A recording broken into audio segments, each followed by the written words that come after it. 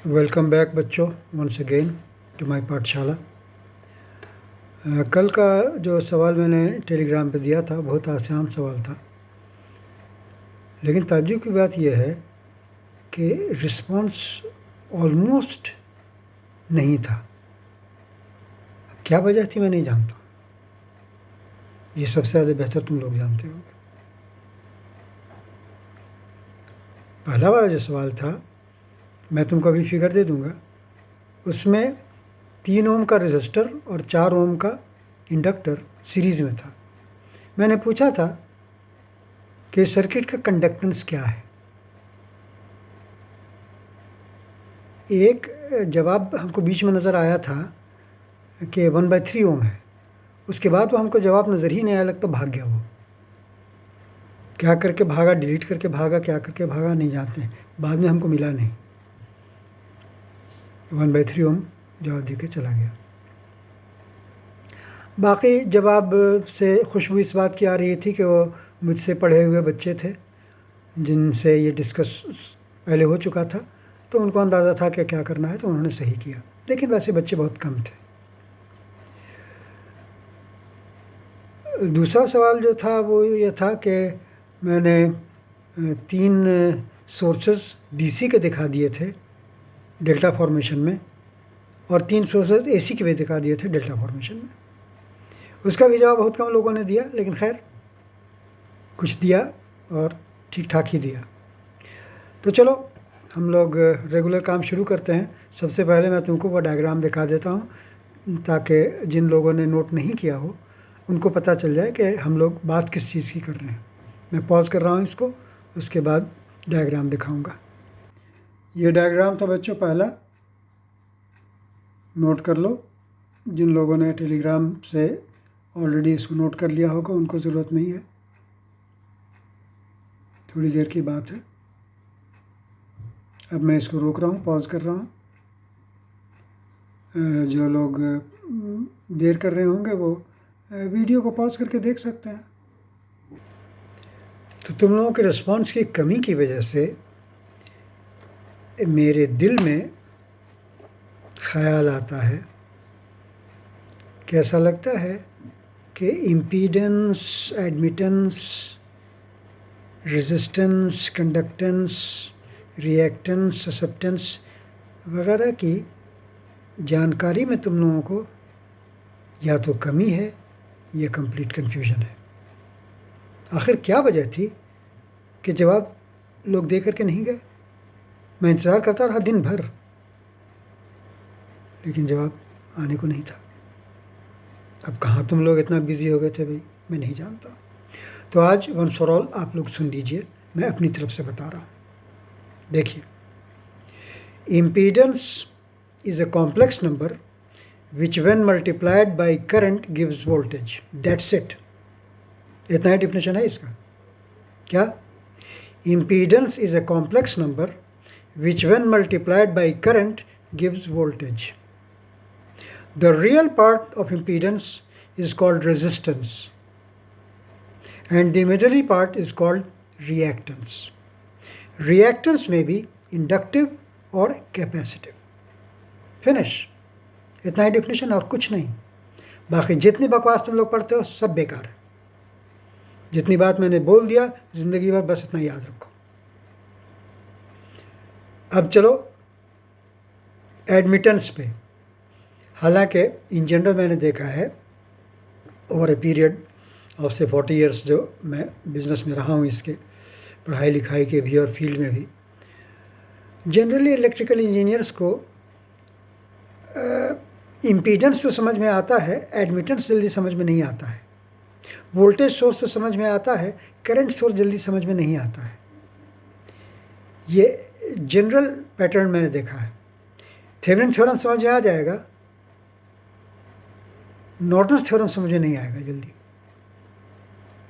ये है संभव, इसीलिए मैं भी ज़्यादा ज़ोर नहीं देता हूँ उनके रेसिप्रोकल्स पे। बट एनीवे, अभी तो मैं एडमिटेंस की बात चूँकि करूँगा इसलिए बता रहा हूँ। Admittance is a complex number. Admittance is defined as a complex number which when multiplied by voltage gives current. समझ गए तुम? Admittance is a complex number which when multiplied by voltage gives current. मतलब Y symbol होता है admittance का, Z symbol होता है impedance का, तुम जानते हो। तो इम्पीडेंस के डिफिनेशन में क्या था? Z into I is equal to V होना चाहिए। Everything phasor, whenever see S C think of phasors. Y के डिफिनेशन में क्या कह रहा है? Y into V is equal to I. Admittance is a complex number which when multiplied by voltage gives current. The real part of admittance is called conductance and the imaginary part is called susceptance. Susceptance may be inductive or capacitive. That's it, nothing else. इतना ही definition है और बस इतनी की समझ चाहिए। अब आओ सर्किट पे। Z क्या है इसका? 3 + J4 ओम। इंडक्टिव है ना, इंडक्टिव रिएक्टेंस है, तो इम्पीडेंस टर्म में इसको हम लिखेंगे 3 + J4 ओम। राइट? निकालना कंडक्टेंस है, तो हमको Y का कंपोनेंट ढूंढना है। अब वहाँ तुमने देखा होगा कि हमने तुमको बताया था कि I into Z equals V and Y into V equals I। तो अल्टीमेटली क्या निकला? That Y is 1/Z and vice versa, Z is 1/Y। एक दूसरे का रेसिप्रोकल ये होते हैं। इम्पीडेंस का रेसिप्रोकल एडमिटेंस, एडमिटेंस का रेसिप्रोकल इम्पीडेंस। हमको चाहिए था कंडक्टेंस, तो तुमको इमीडिएटली दिमाग में ये घंटी बजनी चाहिए थी कि यार इसका एडमिटेंस ढूंढो। अंधे की तरह 1/R कर देने से काम नहीं चलेगा, जो बच्चों में स्कूल के टीचर ने बता दिया था फिजिक्स में कि कंडक्टेंस 1/R होता है, बेटा कर दिया करो। तुम बड़े हो गए बेटा, अब वैसे बच्चे स्कूल के नहीं रहे, एसी में तुम डील कर रहे हो, ठीक है ना? बालिग हो चुके हो, एडल्ट हो चुके हो, वोट देते होगे। बच्चों की तरह बिहेव मत करो कि जैसे ही रजिस्टर कोई देखा, अच्छा कंडक्टेंस पूछ रहे हैं, हम इसको 1/R कर देते हैं। बिल्कुल नहीं। Y निकालो, Y is equal to 1/Z करो। 1/ नीचे क्या लिखोगे? With in brackets 3 + J4। अब इसको सॉल्व करने का जो भी तरीका है तुम कैलकुलेटर से कर लो, रेसिप्रोकल निकाल लो, रैशनलाइज करके जैसे तुम लोग स्कूल में करते थे कर लो। ऊपर नीचे 3 - J4 से मल्टीप्लाई कर दो, तो न्यूमरेटर में 3 - J4 चला जाएगा, नीचे आ जाएगा 3 + J4 इंटू 3 - J4। अब ये सब हमसे मत कहना कि हम लोग इमेजनरी का मैथमेटिक्स ही भूल गए हैं। तो भूल गए हैं तो याद कीजिए, जाके पढ़िए मैथमेटिक्स। तो डिनोमिनेटर हो जाएगा 3² + 4²। 3 + J4 इंटू 3 - J4 इज़ 3² + 4²। तो नीचे हो गया 25, ऊपर है 3 - J4। तो जब इसको ब्रेक कर दोगे तो क्या कंपोनेंट्स निकलेंगे Y के? Y is equal to 3/25 - J 4/25। हमने पूछा क्या था? कंडक्टेंस। कंडक्टेंस हो गया 3/25। अब इसको पहले ज़माने में हम लोग महो कहा करते थे, आजकल उसकी यूनिट सीमेंस है। शायद जानते होगे तुम लोग, नहीं जानते हो तो पता करो भाई। 3/25 डिस्टल में चाहो लिख दो, नहीं चाहो मत लिखो, कोई हर्ज नहीं। हमको इतना ही इन्फॉर्मेशन चाहिए थी। अब मैं तुमको यहीं पर से वार्न कर देता हूँ, अगर मैं ऐसे ही 3 ओम और 4 ओम को पैरेलल में दे देता और पूछता रेजिस्टेंस, तो आंख बंद करके ये मत कह देना कि 3 ओम। जी नहीं, वहाँ आप Z निकालते। Z कैसे निकालते? बोलिए, Z कैसे निकालते? 1/Z is equal to 1/Z1 + 1/Z2, जैसा पहले पिछले वीडियो में मैंने समझाया था। जब वो Z निकल जाता तो उसका रियल पार्ट होता रेजिस्टेंस और इमेजिनरी पार्ट होता रिएक्टेंस। समझे? घर पर करके देखना उस एक्सरसाइज को भी, ठीक है? तो यहाँ पर इतनी बात मुझे मिनिमम बतानी थी। मुझे ये शक था कि तुम लोग इन बातों को समझते भी हो कि नहीं समझते हो, ठीक है? तो इस पार्ट को अब मैं समेट रहा हूँ, दूसरे पार्ट पर आऊँगा, उसका पहले डायग्राम तुमको दिखाऊंगा, इसलिए मैं पॉज कर रहा हूँ।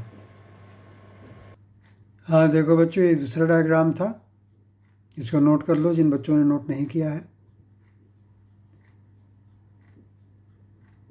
दो अलग अलग डायग्राम है, एक में डीसी सोर्स 230 वोल्ट का सब डेल्टा फॉर्मेशन में सीरीज में एडेड है, और ए और बी दो टर्मिनल्स हैं जिन पर वो आकर के टर्मिनेट हुआ है। दूसरे में यही चीज़ एसी सोर्स बन गई है, और पूछा गया है कि is it possible to join terminals A and B in any of the two situations. ठीक है, नोट कर लिया? मैं उसको पॉज कर रहा हूँ और डिस्कशन शुरू करेंगे अब। तो इसका जवाब बहुत कम लोगों ने दिया, लेकिन जिन लोगों ने दिया वो सेंसिबल दिया, गलत नहीं दिया, लेकिन बहुत कम लोगों ने दिया। रिस्पॉन्ड ही, तुम लोग रिस्पॉन्ड ही नहीं करते, पता नहीं क्या बात है, कहाँ बिजी हो जाते हो, क्या कर जाते हो, आई रियली डोंट नो। तुम सोचो, मैं रोज़ा रख करके रात के वक्त तरावी पढ़ करके आ रहा हूँ और बैठ करके तुम लोगों के लिए ये वीडियो बना रहा हूँ। मैं इतनी मेहनत कर रहा हूँ जबकि मुझे उससे कुछ हासिल नहीं होना है। मुझे जो ज़िंदगी में हासिल करना था मैंने कर लिया, मुझे कुछ नहीं करना है। तुमको तो करना है ना बेटा, तो मेहनत तो तुमको करनी पड़ेगी। मैंने कई मरतबा तुमको कहा है कि there is no royal path to success. वक्त को प्रॉपर यूज़ करो ना बेटा, बर्बाद मत करो। पुरानी कहावत है कि जो वक्त को बर्बाद करते हैं वक्त उनको बर्बाद कर देता है। इससे बचो, वक्त के इंतकाम से बचो। Simply don't waste it. Fruitful चीज़ों में लगाओ। एक तुम्हारा बड़ा बुज़ुर्ग होने के नाते मैं यही कह सकता हूँ बच्चों, और मैं क्या कहूँ। Anyway, coming back to this question. देखो, पहला केस तो डीसी का था। पोलैरिटी जो तुम देख रहे हो, सारे वोल्टेज ऐड हो रहे थे, जिसका मतलब है कि ए बी के अक्रॉस 230 × 3 कितना हो गया? 23 69 690 690 वोल्ट आ रहा है। उन दोनों को अगर तुम टच करा देते तो समझो आइडियल सोर्स में तो इम्पॉसिबल था, वो तो ideal sources can not be short circuited और ऑल। प्रैक्टिकल सोर्स भी होता तो बिल्कुल महाकांड हो जाता, सारा जल भुन करके ख़त्म हो जाता। लेकिन ये सेकंड केस है, इसमें गौर से देखो। इसमें मैंने डेलिबरेटली एंगल नहीं दिया था ताकि तुम्हारा रिस्पॉन्स आए, क्योंकि ये चीज़ एज डेल्टा फॉर्मेशन हम लोग एसी के सोर्सेज में भी यूज़ करते हैं, लोड्स में भी यूज़ करते हैं, आराम से यूज़ करते हैं। लेकिन क्यों करते हैं? क्योंकि जो कॉम्बिनेशन होता है उसका फेजर सम 0 होता है। VA plus VB plus VC is equal to 0 because they are a balanced set equal in magnitude 120 degree apart. मैंने जानबूझ करके एंगल इसीलिए नहीं दिया था कि बच्चे इसको पकड़ें, और बहुत अच्छे से बाद बच्चों ने इसको पकड़ा। उन्होंने कहा कि अगर तो सब फेज़ में है और सम 0 नहीं है तो ये लोड नहीं है, और अगर 120 डिग्री अपार्ट हैं तो ये लोड है। एब्सोल्युटली करेक्ट, बिल्कुल सही। इसीलिए हम लोग डेल्टा यूज़ कर पाते हैं। और यह सवाल मुझे इसीलिए याद रहा कि मैंने तुमको बताया था ना कि जो हमारे हेड थे बीटेक में, जिन्होंने वो कहा था थप्पड़ मार देंगे, उन्होंने एक दिन ऐसे ही, जब मैं रिसर्च फेलोशिप कर रहा था, तो हम दोनों इन्विजिलेशन इत्तेफाक से किसी एग्ज़ाम में साथ कर रहे थे। जूनियर रिसर्च फेलो को लगा देते हैं एकेडमिक काम में भी, तो बैठे बैठे हमसे बोले कि हमें तुम ये बता सकते हो कि ये डेल्टा में जब तुम फॉर्म कर देते हो तो सारा वोल्टेज तो ऐड हो जाता है, तो ये तो शॉर्ट सर्किट का केस है। तो जाहिर है मैं उन्हीं का पढ़ाया हुआ था। मैंने कहा कि नहीं सर, फेज डिफरेंस होता है ना 120 डिग्री। तो खुश हो गए। तो उनकी बात हमको याद रही थी, तो ये मुझे भी याद थी, इसलिए मैंने तुम लोगों को ये दे दिया था। तो हम समझते हैं कि अभी इतना ही रहने दिया जाए। मैंने एक सवाल पोस्ट कर दिया है, टेलीग्राम पे देख लेना। उसमें मैंने एक कहा यह है कि एक ट्रांसफार्मर के प्राइमरी को बजाय रेटेड एसी के हम रेटेड डीसी दे दें तो क्या होगा। तो इस पर सोच समझ के जवाब देने की कोशिश करना। इंशाअल्लाह उसका डिस्कशन हम लोग कल करेंगे। ठीक है ना बच्चों? ठीक है बच्चों, मुझे इजाज़त दो। Have a nice time, have a good day, goodbye and good luck.